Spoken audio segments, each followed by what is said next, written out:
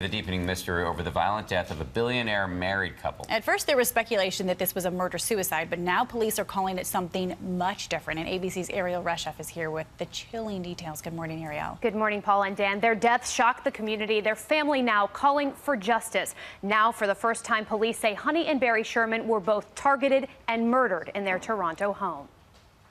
This morning, police now calling the mysterious deaths of one of the world's wealthiest couples a double homicide. I'm saying that the Shermans were targeted in this event.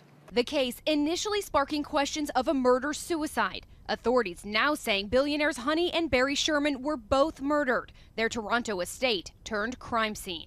They figured out it was a double murder because of the manner and method of how they died, and that they had ligature marks on their wrists, which suggests they were tied up before they were killed. The couple found dead in mid-December by a real estate agent preparing for an open house at their sprawling 3-story, $7 million mansion. Hanging by belts from a poolside railing in a semi-seated position on the pool deck. They were wearing their clothing.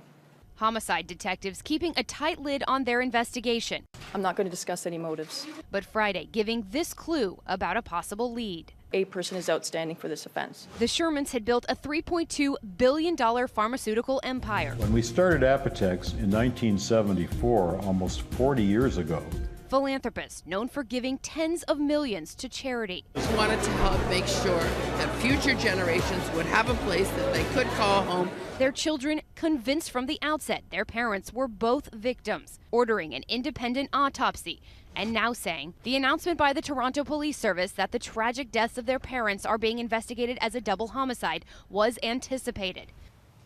Police say their investigation took 6 weeks, partially because of the size of the Shermans' home. Authorities combing through hundreds of hours of surveillance video from that Toronto neighborhood. They've also canvassed a second property, guys, outside of Canada. It's a horrifying story. Ariel, thank you very much.